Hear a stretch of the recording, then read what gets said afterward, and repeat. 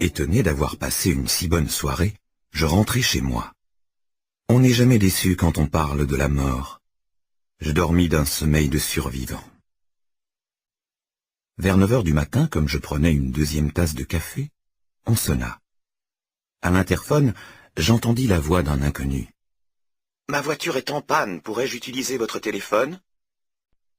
Décontenancé, j'ouvris ma porte et vis entrer un homme d'âge moyen. « Pardonnez cette intrusion, je n'ai pas de portable et la cabine téléphonique la plus proche est en panne. Il va de soi que je vous paierai cette communication. »« Ce n'est pas nécessaire, » dis-je en lui tendant l'appareil. Il saisit le combiné et composa un numéro. Tandis qu'il attendait, il s'effondra. Stupéfait, je me jetai près de lui, j'entendis une voix lointaine dire « Allô ?» Dans le téléphone que j'eus le réflexe de raccrocher, je secouai l'homme. « Monsieur ! Monsieur !» Je le retournai sur le dos. Il avait la bouche entr'ouverte et l'air ahuri. Je lui tapotai les joues, aucune réaction. J'allais chercher un verre d'eau, j'essayai de le faire boire, en vain. Je répandis le reste du liquide sur son visage, il ne réagit pas davantage. Je tâtai le pouls de l'individu et j'eus la confirmation de ce que je savais. À quoi sait-on que quelqu'un est mort? Je ne suis pas médecin, mais chaque fois que je me suis trouvé en présence d'un mort, j'ai éprouvé une gêne très profonde, le sentiment d'une impudeur insupportable. Toujours cette envie de dire « Voyons, monsieur, quelle tenue, reprenez-vous, si tout le monde se laissait aller comme vous. » Quand on connaît le défunt, c'est encore pire. Ça ne te ressemble pas de te conduire ainsi. Je n'évoque même pas le cas troublant jusqu'à l'obscène où l'on aimait le cher disparu. En l'occurrence, mon mort n'était ni cher, ni encore moins disparu. Il avait choisi ce moment singulier de sa vie pour apparaître dans la mienne. Il n'était pas temps de philosopher. Je m'emparai du téléphone pour appeler les secours. Le souvenir de la conversation de la veille arrêta mon geste.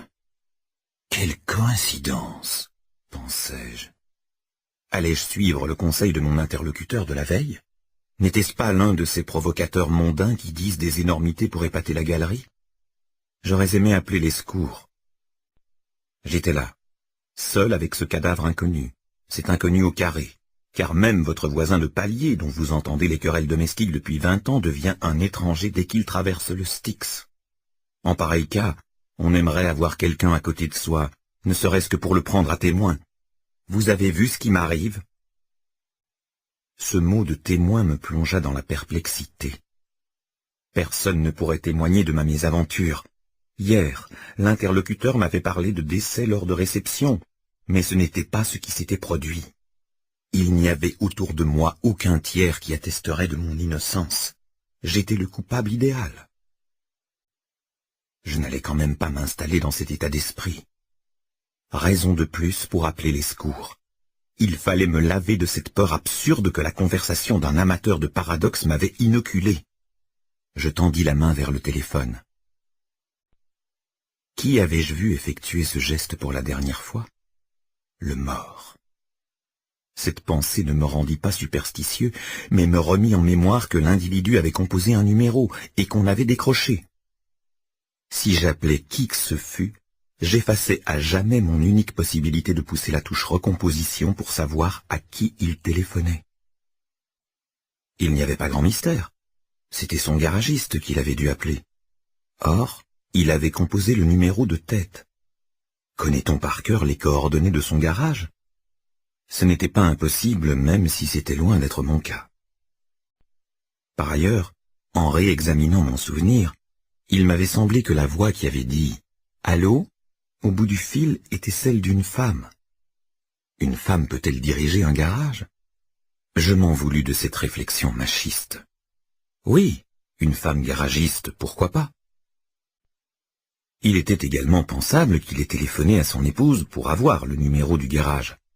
En ce cas, il me suffisait de pousser sur une touche pour annoncer à une dame son veuvage. Ce rôle m'effraya. J'en rejetai la responsabilité. Puis la curiosité s'empara de moi. Avais-je le droit de regarder les papiers d'identité de l'inconnu? Cela ne me parut pas élégant. Je m'avisai que l'attitude de cet homme ne l'était pas non plus. Venir mourir chez moi, comme ça, Me mettre dans cette situation, moi qui lui avais spontanément ouvert ma porte. Sans plus hésiter, je saisis son portefeuille dans sa poche poitrine. Sur sa carte d'identité, j'appris qu'il s'appelait Olaf Sildur, de nationalité suédoise. Brun et grassouillet, il ne correspondait pas à l'idée que j'avais d'un Scandinave. Il avait parlé français sans trace d'accent. Né à Stockholm en 1967, la même année que moi. Il semblait plus âgé, sans doute à cause de sa corpulence. Je ne pus lire sa profession écrite en suédois. Sur la photo, il me parut aussi stupide qu'il l'était à présent dans son ahurissement de cadavre. Une vocation. Le domicile indiqué était situé à Stockholm. Ce devait être un résident français. Cela n'allait pas m'aider. À quoi, au juste? Le portefeuille contenait aussi 1000 € en billets de 50. Où diable se rendait ce type avec une telle somme cash un samedi matin? Les coupures étaient neuves. Au point où j'en étais, je fouillai les poches de son pantalon. Un trousseau de clés, dont ses clés de voiture. Quelques préservatifs me laissèrent rêveur. Je voulus voir son véhicule. Je sortis en emportant ses clés. Plusieurs automobiles étaient garées dans la rue, mais c'était la première fois que j'y remarquai une Jaguar. J'essayai les clés dans la serrure. J'avais gagné. Assis à la place du chauffeur, j'ouvris le vide-poche. La carte grise indiquait qu'Olaf Sildur habitait Versailles. Rien d'autre n'attira mon attention. Je rentrai chez moi où le mort m'accueillit avec discrétion. « Olaf, que vais-je faire de toi ?» Il ne répondit pas. La voix du devoir m'intima à nouveau d'appeler la police ou les secours. Je suis alors avec une certitude définitive que j'en serais incapable. D'abord parce que je ne me sentais plus innocent. Il serait facile de prouver que je m'étais assis dans sa voiture. Comment justifier cette curiosité? J'avais inspecté son portefeuille, pas uniquement pour voir ses papiers. Le démon de l'indiscrétion s'était trouvé en moi en terrain conquis. C'était d'autant plus honteux qu'Olaf ne pouvait plus se défendre. D'odieux arguments issus du salaud inconnu que nous contenons tous retentirent dans ma tête. Allons, ce viking aurait pu tomber plus mal. Tu ne l'as pas déshabillé et tu ne lui as pas encore dérobé son argent. Ce « encore » m'emplit de dégoût. Était-ce la présence de ce mort qui suscitait en moi des pensées si laides? Ce n'était pas la première fois que je voyais un défunt, mais c'était la première fois que je partageais, pour ainsi dire, l'intimité d'un trépassé, et la première fois que j'étais le seul à savoir la mort de quelqu'un. C'était aussi pour cela que je ne me décidais pas à téléphoner. Ce cadavre m'appartenait. La seule vraie découverte que j'avais effectuée dans ma vie, c'était le trépas de ce type. Ce que je savais de lui, personne ne le savait, pas même lui-même.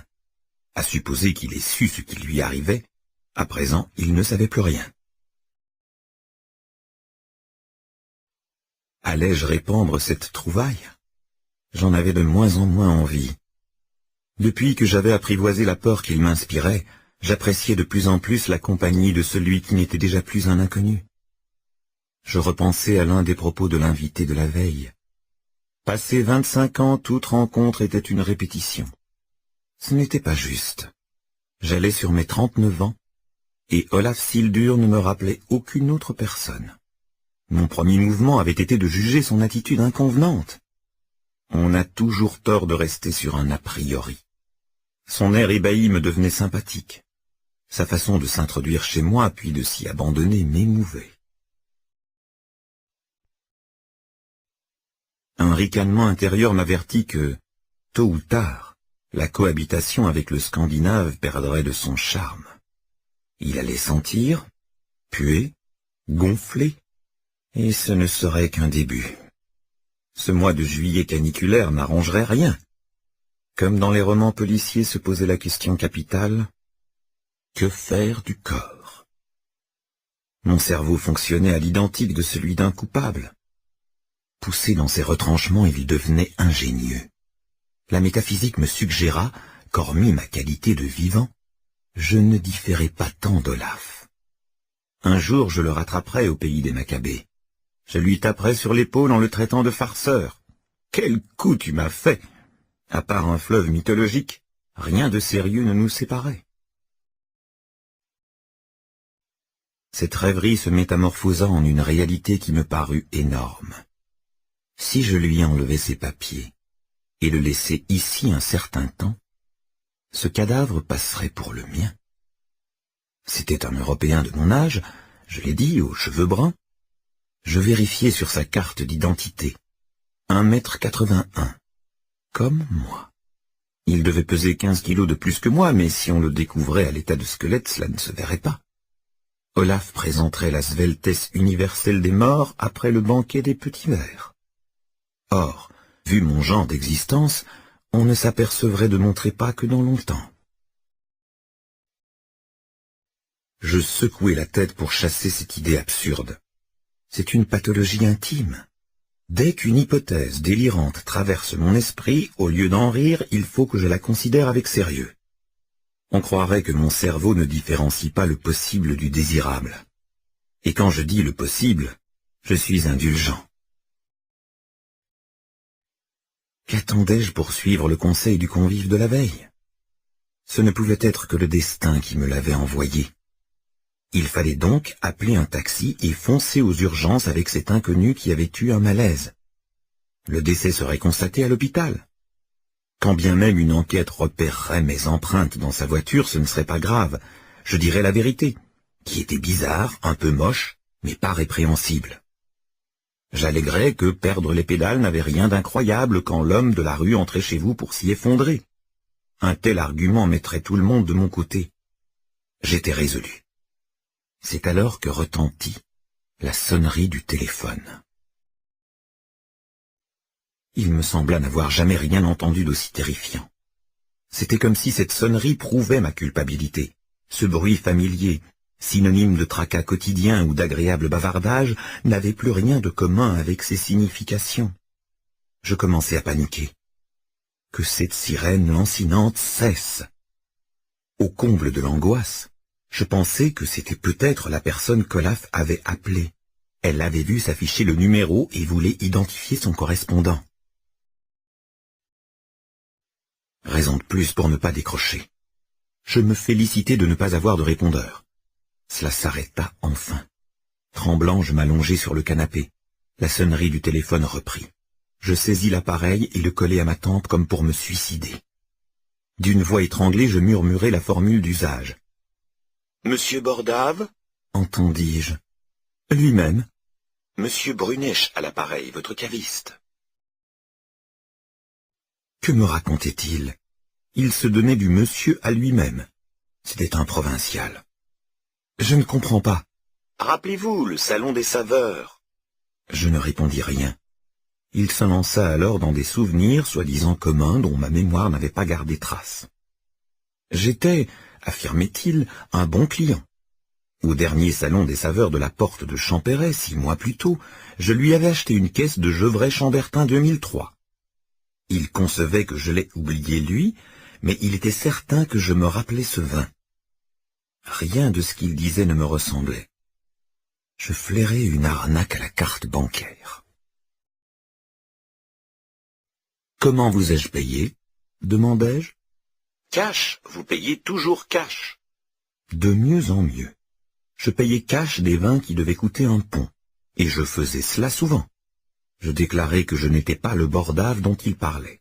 « Vous n'êtes pas Baptiste Bordave ?»« Si. »« Vous voyez bien.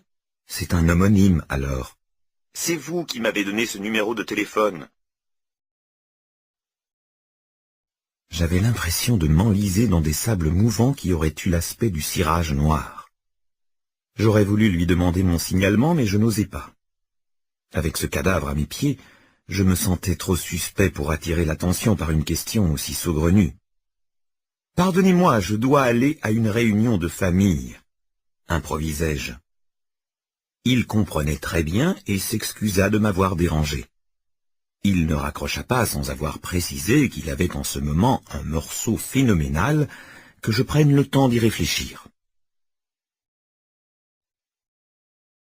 Quand je fus débarrassé du caviste, Je regardai Olaf qui gisait par terre, et je compris que son irruption coupait ma vie en un avant et un après.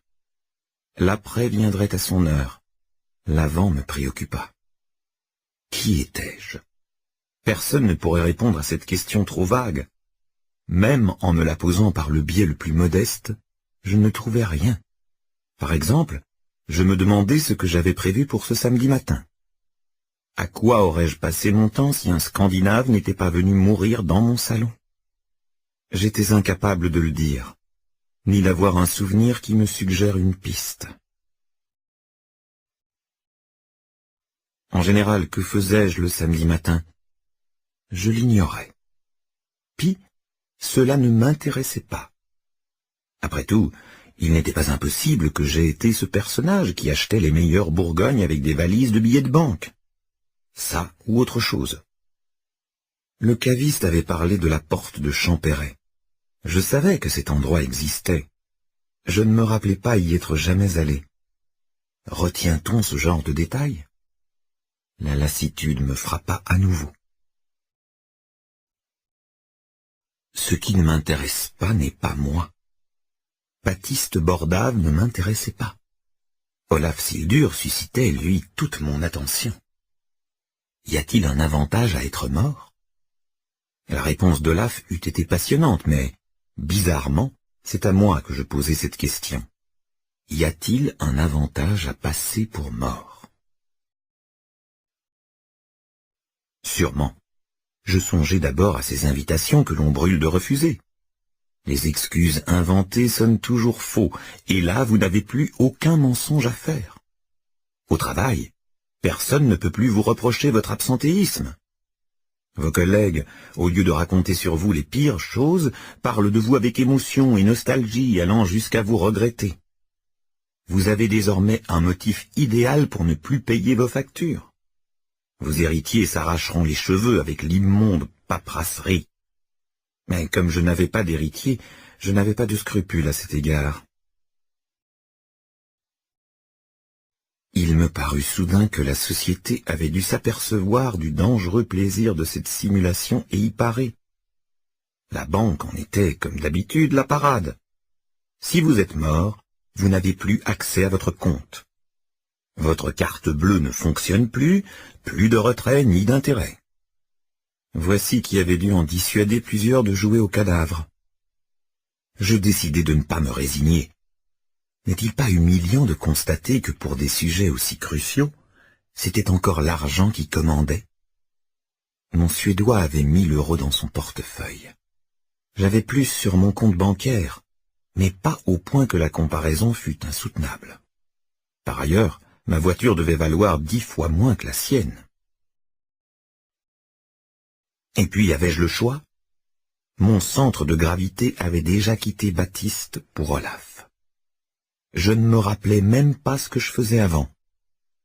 Avec effort, j'aurais pu m'en souvenir. Je ne produirais pas cet effort. Si ma précédente activité ne me sautait pas d'emblée à la mémoire, c'était qu'elle n'en valait pas la peine. Ce devait être l'un de ces boulots interchangeables que l'on accepte pour payer le loyer. Je préférais de loin le métier intraduisible de mon cadavre. Cela éveillait l'imagination. Jamais je n'apprendrais le suédois. Je ne voulais pas découvrir que j'étais comptable ou assureur. Sur le sol, le Scandinave ne donnait encore aucun signe de rigidité. Son identité quitterait sans heurts ce corps flasque pour m'envahir. « Baptiste, lui dis-je. Tu es Baptiste Bordave. Je suis Olaf Sildur. » Je me pénétrais de cette légitimité neuve. Olaf Sildur. Cela me plaisait plus que Baptiste Bordave. J'y gagnais au change.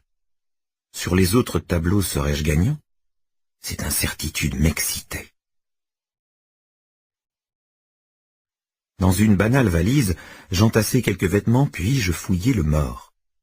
Rien ne permettait de douter qu'il fût Baptiste Bordave. Rien, sauf une enquête, bien sûr. Mais il n'y aurait aucune raison d'enquêter sur ce pauvre type qu'on retrouverait 6 mois plus tard à l'état de squelette et qu'on supposerait avoir été victime d'une crise cardiaque. Je voyais déjà les titres des journaux. Drame de la solitude urbaine. Il aura fallu une demi-année pour qu'on s'intéresse au sort de M. Bordave. Je devais me décider à partir. Un dernier point me retenait encore. La touche recomposition de mon téléphone. Je savais que c'était un risque idiot. Je savais aussi que si je n'appuyais pas sur cette touche, je serais tenté de revenir dans cet appartement, comme un assassin. De 2 mots, il fallait choisir le moindre. C'était la dernière fois que j'utilisais le téléphone de Baptiste Bordave. L'ultime humain à y avoir composé un numéro était l'ancien Olaf Sildur. J'enfonçai la touche recomposition. J'entendis la sonnerie retentir après le temps nécessaire.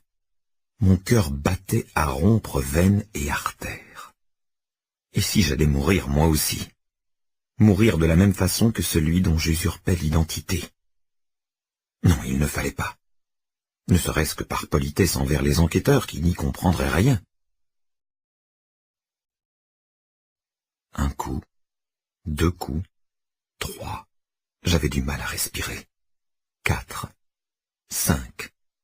Je commençais à soupçonner, espérer, qu'on ne décrocherait pas. 6, 7.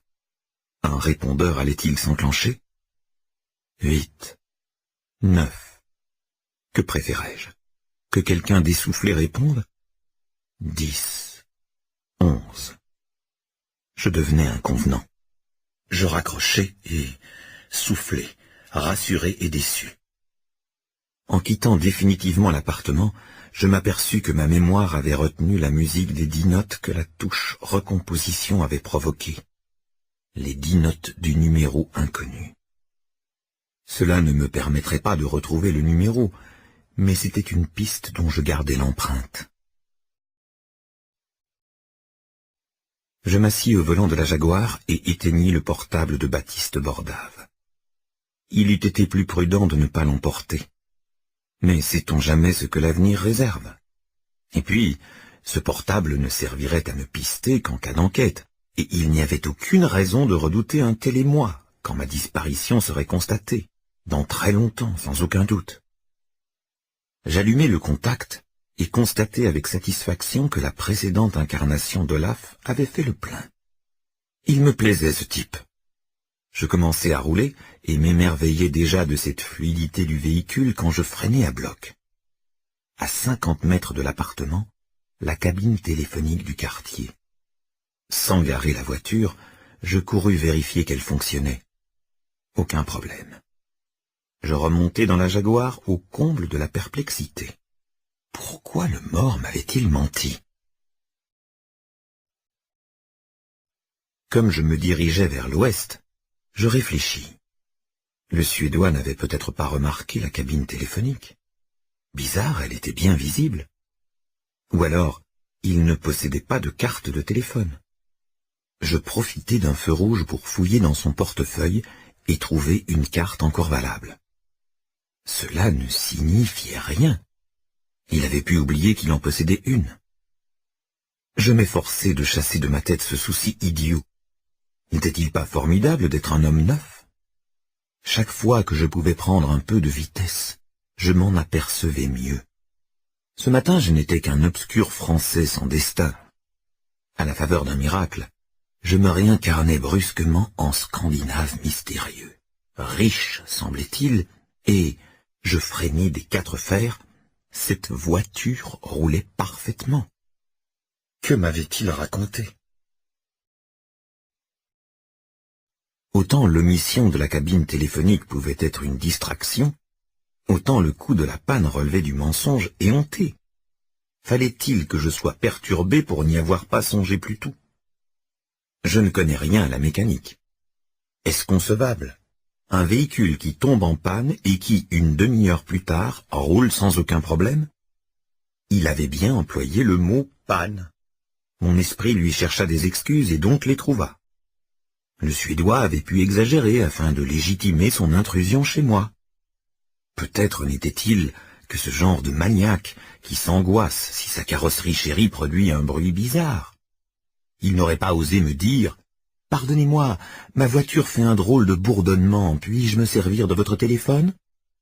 Cela n'eût pas semblé assez grave. La politesse le contraignait à alléguer la panne. Oui, ce devait être cela. Ne suffisait-il pas que ce fût possible? Ce qui était clair, c'est que je voulais le croire. Beaucoup de choses, de plus en plus, clochaient dans la réalité et je préférais les ignorer. J'avais besoin de me persuader que la version du mort était vraie, du moins acceptable. Sinon, je devais conclure au complot et je refusais cette paranoïa. Pour la première fois de ma vie, j'avais l'impression d'être libre. Cette conviction était si forte que les souvenirs de Baptiste Bordave avaient pour ainsi dire disparu, comme l'avait prouvé ma conversation téléphonique avec le caviste. Table rase! Quel adulte n'en rêverait? Or, la liberté ne peut s'embarrasser de suspicion. Celui qui a décidé d'être libre ne peut avoir de ces pensées mesquines, tatillonnes, comptables. Pourquoi a-t-il dit ça et non ceci, etc. Je voulais vivre à grandes enjambées, m'exalter d'exister. Rien de tel que d'adopter l'identité d'un inconnu pour connaître l'ivresse du large. Ce qui était clair, c'est que je voulais le croire. Beaucoup de choses, de plus en plus, clochaient dans la réalité et je préférais les ignorer. J'avais besoin de me persuader que la version du mort était vraie, du moins acceptable. Sinon, je devais conclure au complot et je refusais cette paranoïa. Pour la première fois de ma vie, j'avais l'impression d'être libre. Cette conviction était si forte que les souvenirs de Baptiste Bordave avaient pour ainsi dire disparu, comme l'avait prouvé ma conversation téléphonique avec le caviste. Table rase! Quel adulte n'en rêverait? Or, la liberté ne peut s'embarrasser de suspicion. Celui qui a décidé d'être libre ne peut avoir de ces pensées mesquines, tatillonnes, comptables. Pourquoi a-t-il dit ça et non ceci, etc. Je voulais vivre à grandes enjambées, m'exalter d'exister. Rien de tel que d'adopter l'identité d'un inconnu pour connaître l'ivresse du large.